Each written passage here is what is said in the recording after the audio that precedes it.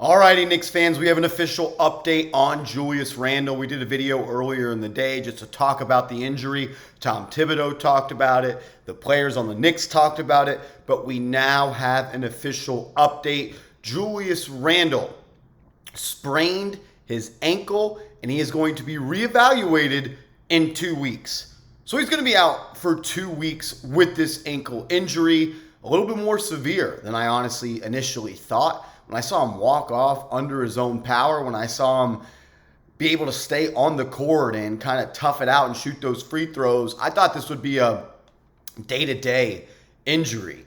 But he is going to be out for 2 weeks, and he will be reevaluated by the New York Knicks medical staff when that comes. Before we get into any more details as to how many games he's going to miss, will he be back for the playoffs, I want to ask you guys this. What is your one-word reaction to Julius Randle being out for 2 weeks with a sprained ankle? Let me know down in the comments section. Share your thoughts. I'll be down there interacting with you guys. Mine is unfortunate. It just seems like sometimes the New York Knicks are cursed. Of course, when Julius Randle is having his best season in the NBA, coming down the stretch, he rolls his ankle, it's sprained, and he's going to be out 2 weeks. What does that mean, though, for the New York Knicks? 2 weeks ago, or 2 weeks from now, today, would be April 13th. Why does that matter? The first day of the playoffs is April 15th. So he's going to be reevaluated right before the playoffs start. Hopefully the evaluation goes good and we don't miss Julius Randle in any playoff action, because if you do, I don't think this team can win in the first round. As much as Julius makes sometimes some head-scratching plays and he sometimes doesn't look like he's given all the effort in the world, he is a vital piece to this team. He is co-captains with Jalen Brunson. Some people say he's the most important. Some say he's the second most. Thing is, he's one of the most important players for the New York Knicks. And if he is going to miss any time in the NBA playoffs, that is going to be a huge problem for the New York Knicks. As we know, the playoffs get tight. Defensive intensity ramps up. There's more game planning. Teams are actually watching film. And you have to have guys, even though Randle didn't play good in the playoffs a couple of years ago against the Atlanta Hawks, you need guys like Julius Randle in the playoffs. Tough shot takers and tough shot makers. You see so often in the playoffs, it comes down to some of those final possessions in the fourth quarter. And it more often than not is an ISO situation or a pick and roll where you're hunting the worst defender on the opposing team, and you need Randle to get you those easy buckets that are easy for him, but hard for pretty much everybody else on planet Earth. He's a tough shot taker, a tough shot maker, and if he is out for any extended time in the playoffs, oh man, it is going to be bad news for the New York Knicks. I can't believe that he's going to be out for 2 weeks. I didn't think it was that bad.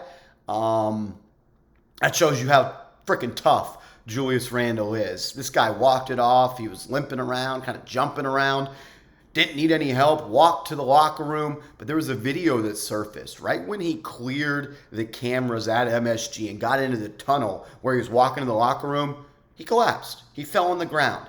And that made me nervous. I didn't think it would be this bad. But he is going to be reevaluated in 2 weeks, meaning he's going to miss the final 5 games of the regular season. Good thing the Knicks won last night. Good thing they were able to beat the Miami Heat, or this would have got very, very interesting and, for me, very, very stressful the rest of the way. So right now, the Knicks are in the 5th seed in the Eastern Conference. They're 2.5 games ahead of the 6th-seeded Brooklyn Nets and 4 games ahead of the number 7 seed, the Miami Heat. 5 games left in the season. You got to stay in that 5th seed. You're going to need people to step up. Who's going to be inserted into that starting lineup? We'll talk about that here in a second. But guys, this is why you subscribe, because I literally got this tweet notification 1 minute ago. And even though it's my off day, I'm at the house just watching some TV, about to cook some chicken wings. Love me some wings, lemon pepper Lou. But this is why you subscribe, guys.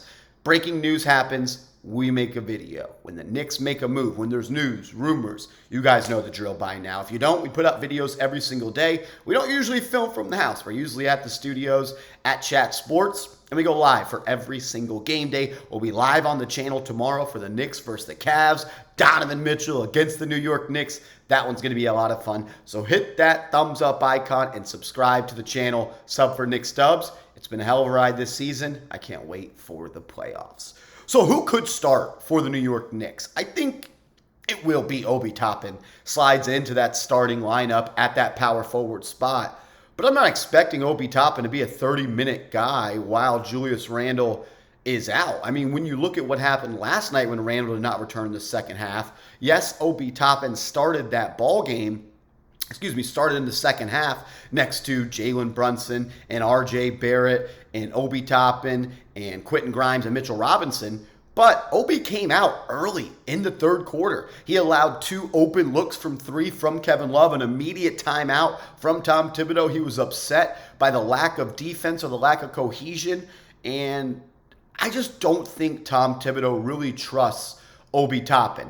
And that's why I think, although Obi Toppin's probably going to be the starting power forward when Julius Randle is out, I'm expecting Josh Hart and maybe even R.J. Barrett to be really that small ball forward that the Knicks are going to lean on. I mean, look at the closing lineup last night that played for the New York Knicks. It was Mitchell Robinson at the 5, Josh Hart at the 4, R.J. Barrett at the 3, Grimes at the 2, and quickly at the 1. Jalen Brunson did not close. Don't think he's 100% either, but Tibbs rolled with the guys that were cooking, and I think that's a lineup that we're going to continue to see. Hartenstein also played with that lineup before Mitchell Robinson came in. That's what I think we're going to see. I think it's going to be a little patchwork. Thibodeau's going to do the best he can. You're not going to replace Julius Randle. You don't replace 25, 10, and 4. But how can you try to stop the bleeding? And I think the way he's going to go about that is with Josh Hart at that power forward spot. I think we're going to see Hart's minutes go up a little bit. I wouldn't even be shocked if Hart maybe starts one of these last 5 games and Obi Toppin continues to come off the bench. I think Toppin will be the starter, but I would not be shocked if we see Hart get a chance at that. I think this also means we're going to see more Jericho Sims minutes. Go back to the middle of the regular season when Obi Toppin was hurt. He missed an extended period of time. The Knicks rolled off the bench with Hartenstein at the 5 and Jericho Sims at the 4. They ran that 2 big lineup. And I think with Randle out and to try to make up for some of that rebounding intensity and strength on the interior, you're going to see a little bit of Jericho Sims in these last 5 games.